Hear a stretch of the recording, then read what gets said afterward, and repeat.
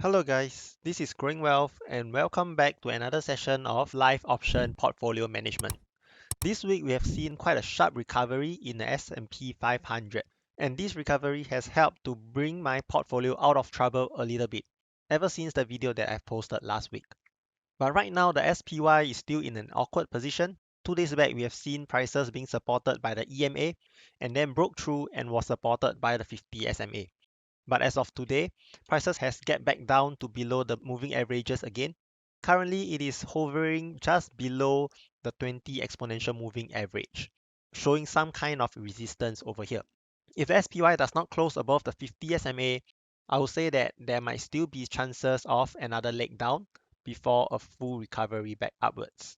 And after all, being the last month to election, we may be facing more volatility during this period and prices may just go sideways for all we know.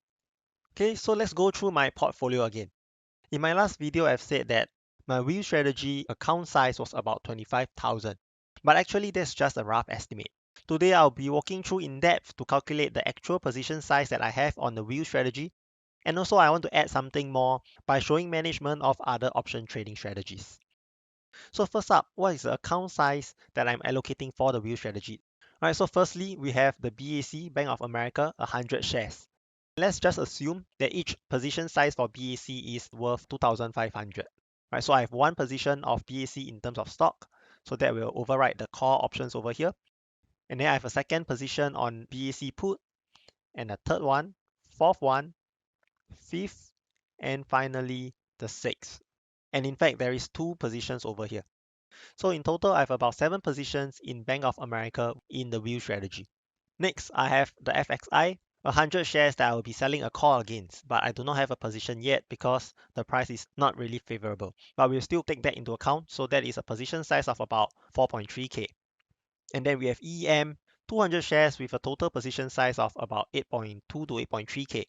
And then finally, we have Yum China, which I'm selling a put against the 50 strike. And this adds another 5k to the portfolio size for the wheel strategy. So in total, my exact position size for the wheel strategy is actually 35,000.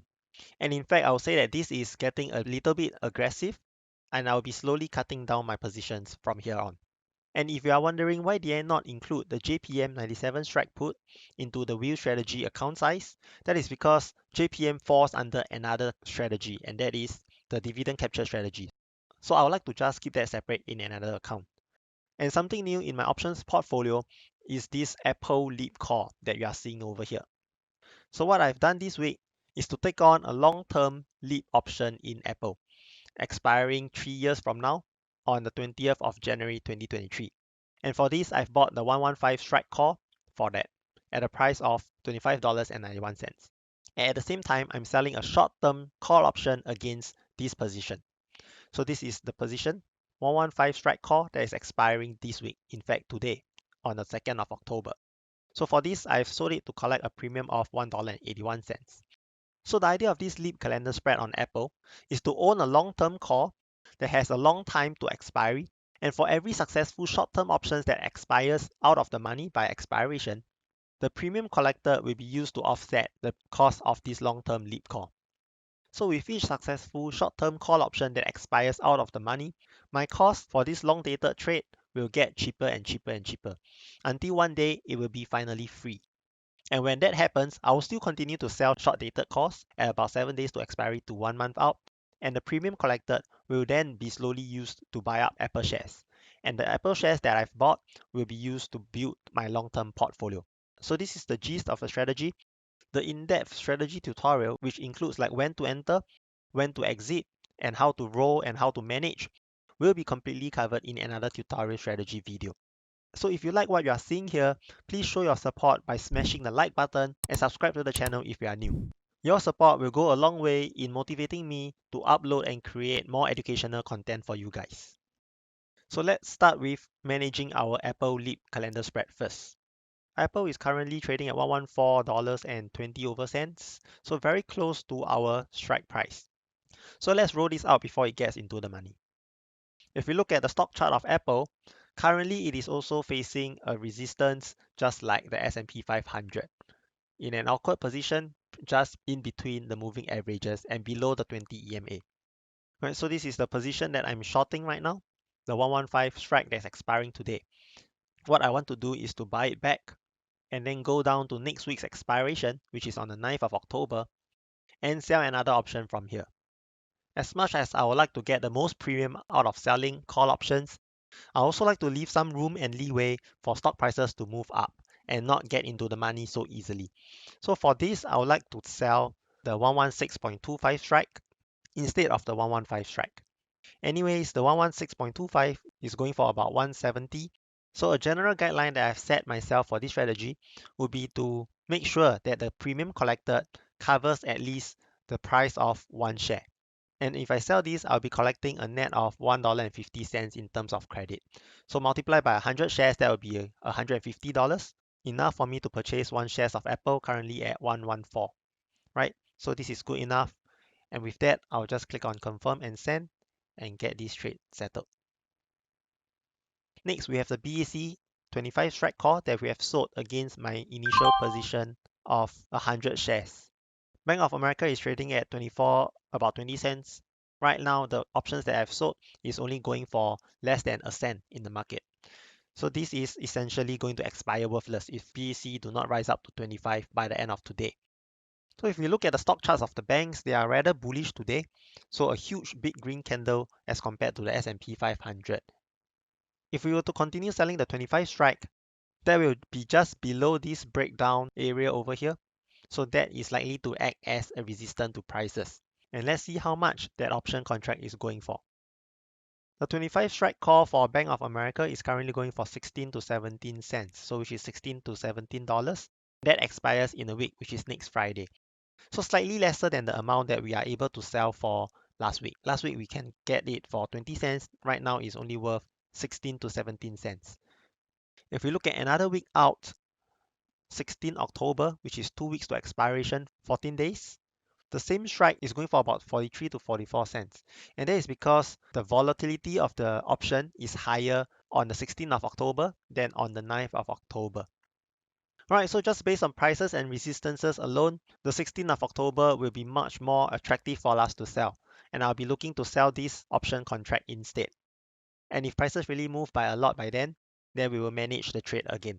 So let's just go ahead and sell it at the ask price, 45 cents. Since it's a bullish day today, I'm just going to ask for more. Immediately, it has been filled. And at the same time, we want to close out trades if possible. We do not want to have any unwanted risk lying around that have the potential to severely affect our portfolio. So I'm just going to right click on it and then create a closing order. Buy back one contract of the BAC, 2nd October 25 strike call with a 1 cent limit. Alright, and then I'm just going to click on confirm and send. With that out of the way, next we have another troublesome BAC. This time is the 25.5 strike put expiring today as well. When I sell this, I collected a premium of $1.01. Right now, it is currently going in the market for $1.24 or 25 cents. So let's just quickly calculate our break even. When I sell it for $1.01 with a strike of 25.5, my break even for this trade will be about $24.50. So right now, with the market price of BAC going for 24.26, I'm still at a loss of around 20 over dollars. So let's go over and inspect this option chain. This is the current position that I'm holding, 25.5 strike put, and I want to buy it back to close. And since this is a wheel strategy position, I want to sell another option that is 1 month out. And for that, we'll be looking at the 30th October with 28 days to expiry. Right, so the market price for our closing order is about $1.27. And if you look at the option chain for 30th October, 25 strike put is going for 141 to 145. So I'll be selling that option, and my rationale will be the same as what I've said last week. I want to lower the strike of my sold put so they expire as easily as possible once price rises. And after all, I want to cut down my wheel strategy position size, and especially in Bank of America, which I'm overly heavy. So I'm just going to roll this contract for just 18 cents credit, which is $18. And let's send it out. Okay, so our last position for today will be the JP Morgan for our dividend capture strategy. 97 strike put. Last week we rolled it out to collect a premium of $4.44. And right now, JPM is trading at $98, so it is close to being worthless. So this rally in banks has indeed saved a lot of trouble for my portfolio. And if we look at the prices, currently it is in the midst of forming a bullish engulfing candlestick pattern. Whether this pattern will be meaningful, we have to wait till next week to find out. But again, prices are still being rejected by the moving averages, most importantly the 50 SMA and also slightly by the 40 EMA. Right, so there is also a risk that prices might go back down again. Anyways, dividend is coming up on the 5th of October, which is next Monday. And today is the very last day that I have to buy up the 100 shares if I want to collect this dividend. Right, so I'm just going to manually buy up the 100 shares since our put option is going to expire worthless. So just right click anywhere on the chart and just click on buy. And then I'm going to edit my order. My limit price for this purchase, I will set it at $98 and let's say 3 cents or maybe 4 cents. So basically I'm just buying at market price and waiting for it to get filled. Right, if it's not filling, then I can just go on to replace my order and let's just fill it at. I'm going to switch to the minute chart to just take a look at the price action. So it is currently on an uptrend, and this dip over here, while we are discussing about the other positions, might have been the time to buy up the 100 shares instead. Alright, so I'm just going to quickly buy it up since like it is going back up on an uptrend. And I'm watching the bid and ask very closely while setting my prices.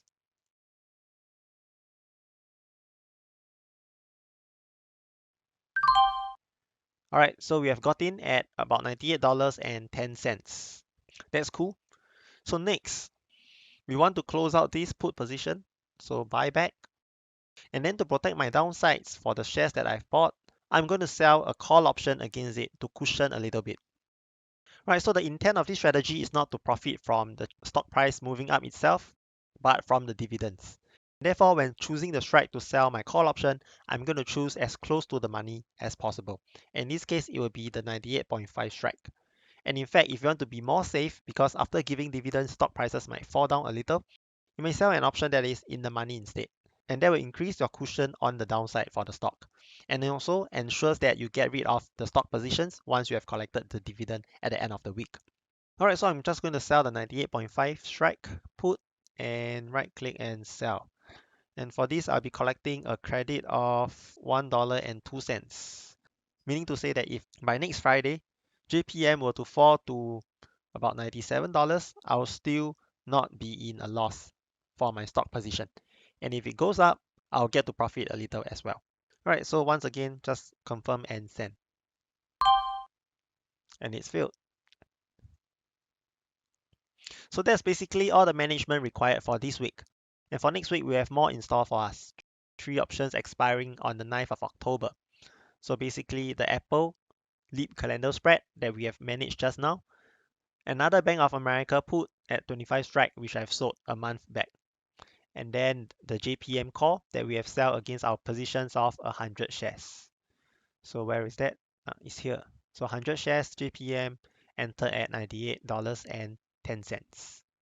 Alright, and that's all for this week's live option portfolio management. I also like to extend a warm welcome for you to join our Growing Wealth Telegram community chat, where active discussions and sharing of trade and investments idea occurs over there. As always, do show your support for the channel by smashing the like button and subscribe to the channel. And also let me know in the comments below what other things would you like to see more of in videos like these. Thank you so much for watching. I'll see you in the next video.